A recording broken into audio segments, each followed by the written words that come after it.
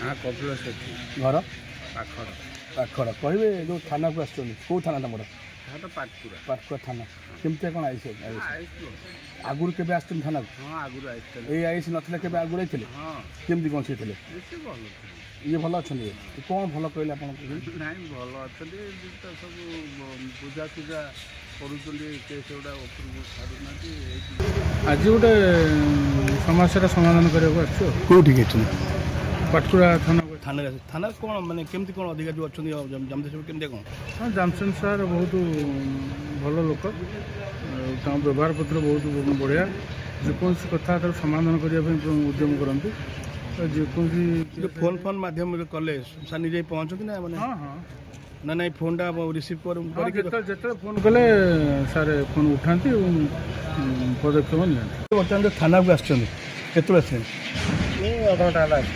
कौन आप न्याय पाँच ना केस पास कर पैसा पत्र मागुन आप ना से सब किसी नहीं आईएस जी केमी लोक भल लोक केमी जाने भल लोक बोली भल मो काम देखिए न्याय देती भल न्याय माने कम्प्रोमाइज करो कम्प्रोमाइज करते झगड़ा फड़ा करोना पैसा पत्र से सब नहीं टका मांगी केन्द्रापड़ा जिला पाटकुरा थाना पाटकुरा थाना जो अधिकारी अच्छा जामदेव बाबू कौन सब जो साधारण लोक आसुँच कि किए न्याय कौटी झगड़ा आउ से नहीं आम विषय कथा ये जो देखुए जो अच्छा बस सब पचारा ये जो केतु बसिले आपको ठीक न्याय मिलूँ कि ना से नहीं आम विषय पचारि बुझा पाटकुरा थाना प्रथम स्टार्टिंग स्टार यूज कर पाटकुरा थाना उपर सबू थाना आम बुलवा देखिए परिचय दे टे संजय कुमार सेठी सरपंच अंति कौन कहे पाटकुरा थाना आईएस अच्छा केमती कौन चलती थाना निश्चित भाव पाटकुरा थाना बर्तमान जे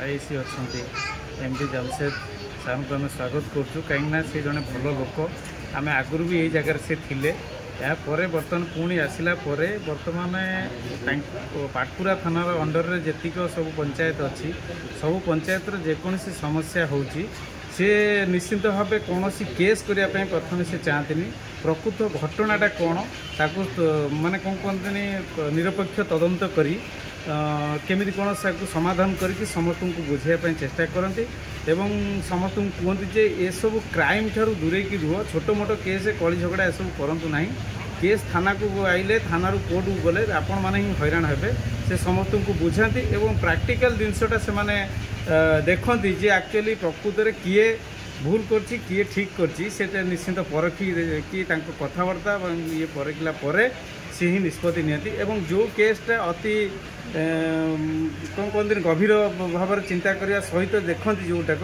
ना यहाँ हो पार ना सेटा से केस करती ना आसवा दिन ठारू सब प्रकार केस एठी बहुत कम देखा मिलूँ क्राइम भी आप देखिए आसला ठारू क्राइम विशेषकर कम हो जाए से निजे जेकोसी जगार गोटे अभियोग आसिले निजे आईआईसी प्रथम करी पाटकुरा थाना मुझे देखी निजे आईआईसी प्रत्येकटी केस को अनुध्यान करती एवं प्रत्येकटी फील्ड विजिट भी से करती लोकेशन को जाकि साधारण लोकों सहित परामर्श करती प्रकृत घटनाटी कौन कहार दोष कहार कौन से प्रकृत बुझिला निष्पत्ति नि सीधा सर देखो अंतिम सरपंच जहाँ कहले बर्तमान आम पाखे आउ जड़े बसते परिचय देंगे आज्ञा पाखर ग्राम पंचायत सरपंच प्रतिनिधि कहे आप थाना को आसते आसले मुझे सारे अधघंटा है कौन ये अधना बस बुझुं ना ना सारे निजे आईसी सारे आमर केस होता निजे आई सारे कंप्रोमाइज करते कहते तेणुक आम अभियोग कहूँ कंप्रोमाइज करने को सार कहले हो लिखिकी तुम कंप्रोमाइज कर जहाँ हूँ दुई पक्ष आसिक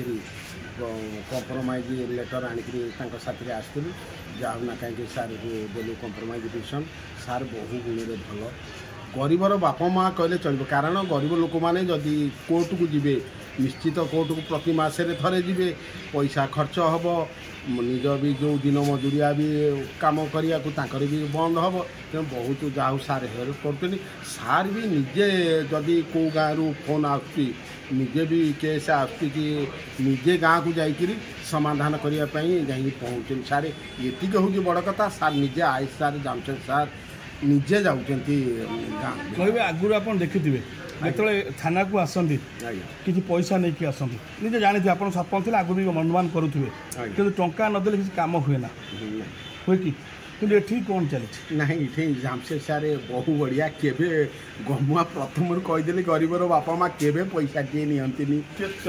ସେ ନେଇକି ଆମର ଆଉ ଜଣେ ଅଛନ୍ତି ପଚାରିବା ନା ଟିକେ କହିବେ। ଆଜ୍ଞା ଘର କେଉଁଠି? ଘର ଆମର ପାରାଦୀପ।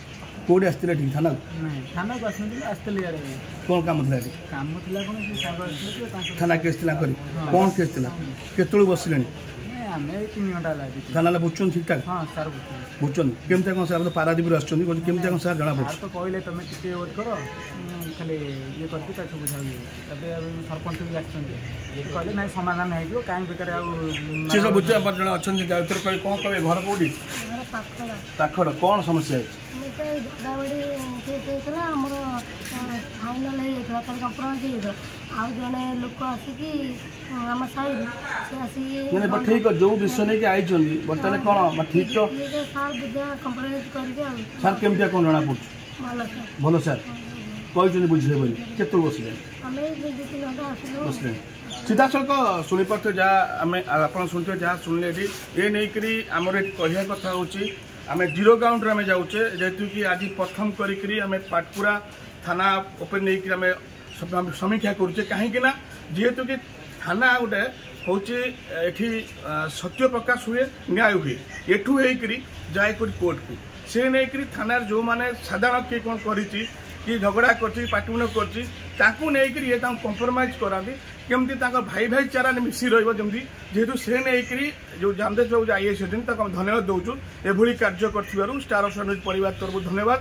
ଯାହା ସାଧାରଣ ଲୋକ କହିଲେ, ସରପଞ୍ଚ କହିଲେ, ଆପଣ ସେ ଶୁଣିବେ ସତ୍ୟପ୍ରକାଶ ଷ୍ଟାର ଅଫ୍ ନ୍ୟୁଜ୍ କରି ଦେଖିବାକୁ ବାକି ରହିଲା। ଏମିତି ଭଲ କାମ ହଉ, ଆଗକୁ ଦେଖିବା କେଉଁ ଥାନାରେ କେମିତି କାର୍ଯ୍ୟ ହେଉଛି। କେନ୍ଦ୍ରାପଡ଼ାରୁ ନା ଆମର ରିପୋର୍ଟ ଷ୍ଟାର ଅଫ୍ ନ୍ୟୁଜ୍।